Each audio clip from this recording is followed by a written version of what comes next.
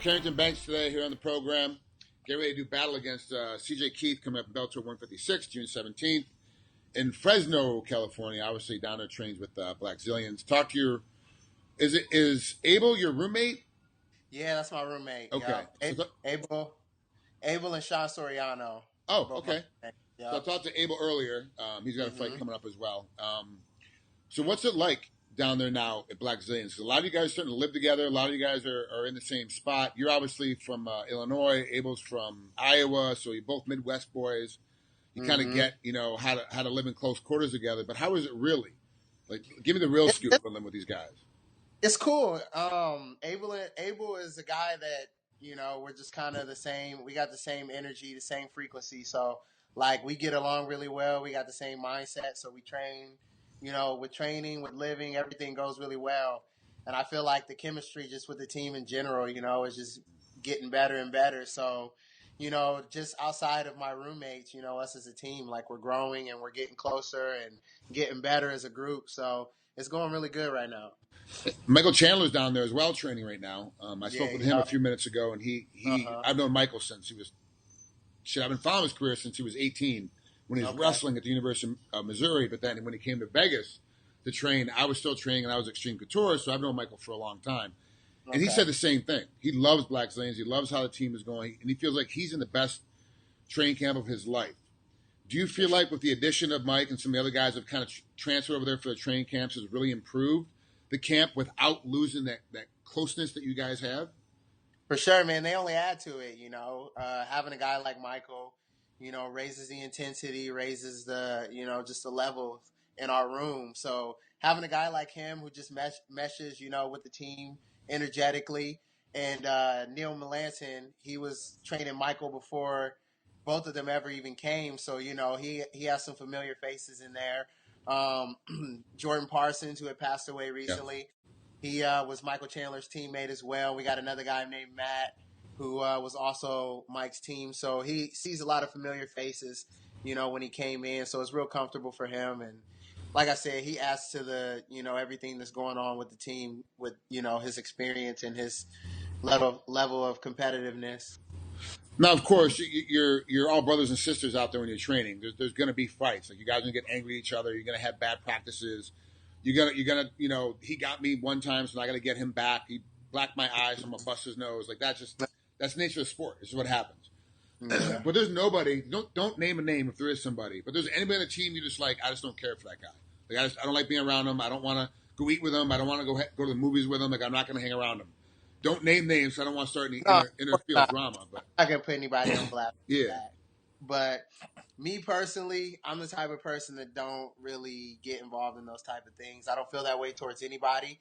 I get along with everybody, and there are people that are closer to me, such as Abel. Yeah. He's a person that I consider really close to me, so he's a guy that I hang out with outside of the gym. Obviously, he's my roommate. Yeah. But, just the people who I'm just not the same as, like, I just don't hang out with them outside the gym. But in the gym, I'm cool with everybody, It's good to see him. We train together, stuff like that outside the gym.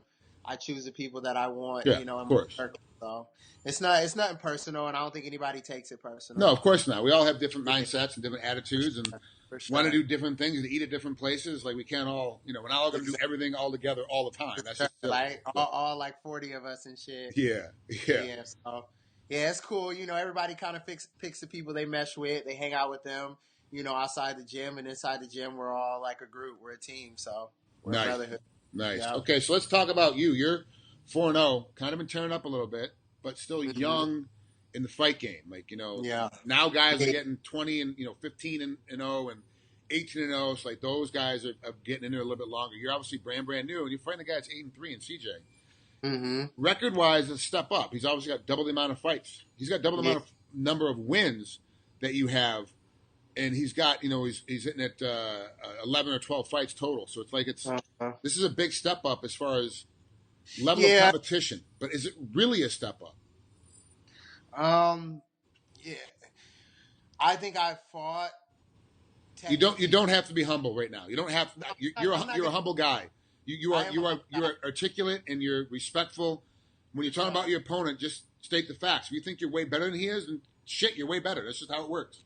For sure. Of course I think I'm better, that I think I think I'm better than every guy I fight. There's not a guy that I'm going to fight that I don't think I'm better than. So when you ask me that question, but at the same time, it's a fight, you know, and you got to go in there with the mindset of not overlooking anybody. So I'm not overlooking them, but I think I'm better, you know. Right. And when I was on the Ultimate Fighter, when I fought Sabah Hamasi, he was 8-4. The last guy I fought, Justin Reisberg, he was like 8-4. You know what I'm saying? He was also experienced. So this is no different than, you know, fighting those guys. And plus, I train with some of the best fighters in the world. So any guy that I see, you know, in a cage is not going to worry me more than, you know, what I see in the practice room. So I'm really good friends with Mick Maynard, who's the promoter and owner of Legacy Fighting Championships, which is where you fought Justin. And so I saw that fight, and you seemed to, you thought you had him finished sometime in the end of the first or beginning of the second. Forgive me if I can't remember, but you kind of seemed like, oh, I got him. I can finish it. And when it didn't happen, you backed off. Not saying you, oh, screw it, I'm just going to start running away, but you weren't trying to punch yourself out. You weren't trying to use too much energy. You got smart about your energy expenditures. At 4-0, at a guy that's only 4-0, it's 4 professional fights. Of course, on the Ultimate Fighter, you had more, and those are a different kind of situation. But at 4-0, most guys are like, I got him. I'm just going to keep running through him. And then they get tired, and they end up losing because they've run out of gas. Mm-hmm. Did you learn that in training with the Black Zillions? How like, okay, no, I got to back off a little bit. Is that part of the striking sequence, or is that just something you just knew naturally? Like, hey, I got to back off a little bit because I don't want to burn myself all the way out. It's just something I know naturally. You know, I've wrestled all my life, so just managing my energy is something that I've always paid attention to. You know, managing my opponent's energy is something I've always paid attention to. So it was just a natural instinct, you know, me thinking through situations throughout the fight. Because in the second, I kind of got hurt a little bit. He caught me with a good shot, you know, so I pushed through that, like you said, and I turned up a little bit, and he kind of got a good position. So he's good jiu-jitsu. He's tapped out a lot of people in his fight. So I didn't want to get careless, you know, and end up getting caught. So I kind of calmed down, reserved my energy, like you said. But everything as far as that goes, I wish I would have kept pushing the pace, to be honest with you, because when the fight was over, I wasn't as tired as I wasn't that tired. I wasn't tired at all, as a matter of fact. It was just me fighting smart, and I think he was tired. So it's just gonna come with experience, you know what I'm saying? Just, you know, when to really smell blood and, you know, get the finish, and that's something new to me, you know, with the whole fight game. So I'm kind of learning it as I go. Now, you said you wrestled your whole life. Where did you wrestle? You're from Peoria, Illinois originally, but where did you wrestle? I was born in Peoria. I lived there until I was 10. I wrestled in Georgia from 10 to 18. Oh, okay. So I wrestled in Georgia from 10 to 18. I wrestled in Iowa for college. So I wrestled at Iowa Central. Oh, yeah. And I wrestled at Wartburg College. So those were the 2 colleges I wrestled at, and then I moved. Did you just not want to go on? Did you hold on, Wartburg's D2? D3. Okay. And how'd you do in D3s? I took 7th and 4th. Okay. And Iowa Central, I took 4th and 1st. Oh, your second year you won it. Yeah. Okay. All right. Yeah. I went to Phoenix College, and we battled against Iowa Central a lot. Okay. Which college you go to? Phoenix College in Phoenix, Arizona.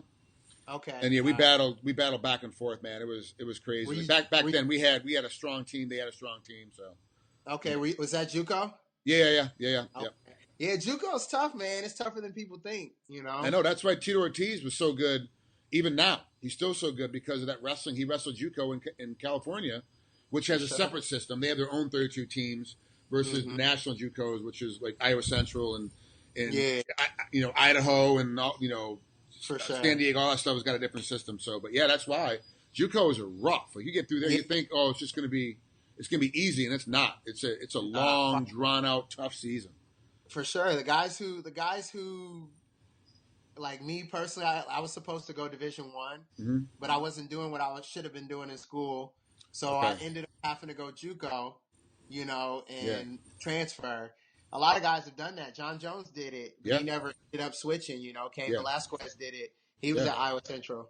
So, there's a lot of tough people that get overlooked in JUCO. Like, a lot of tough people. And now with the way wrestling is, a lot of guys are jumping out of JUCO instead of going on to D1 or D2 or even D3. They're jumping out and jumping right in MMA because they see the fact that, hey, I've already got one base. I can learn the other 2 bases and start making some money. Like, if you stick with wrestling, especially if you go on to D1, man, you're just another back that the university is trying to get money on. You know, yeah, they give you a little bit of a scholarship, but wrestling's not much, and it's just it sucks. You do it. Everything you do in wrestling is for yourself, man. It's never for anything other than yourself. You know, there's perks. I guess there's perks. I'm doing it for myself with fighting too, but there's perks involved, like you said. Yeah. Hey, so. Well, especially when you're rooming with Abel, he's already won a fight of the night and knockout of the night. I think he's won two fight of the night bonuses over the UFC. That's a huge amount of money. It's like $50,000 each. Extra money on top of what you're getting paid. So there is some benefit to beating people up. For sure, right? So. Well, Carrington, thanks so much for coming on here, man. I appreciate getting a chance to talk with you. It's been a pleasure. Cool. Have fun with CJ Keith, Bellator 156, and we'll definitely be talking again. Yeah, no doubt. Pay attention because this is going to be my best performance yet. I'm going to let you know that, though. I like it. I'll be watching for sure. Hopefully the fans at home will be watching, too. Yeah, no doubt, man. It was good talking to you. Talk to you soon. Take care.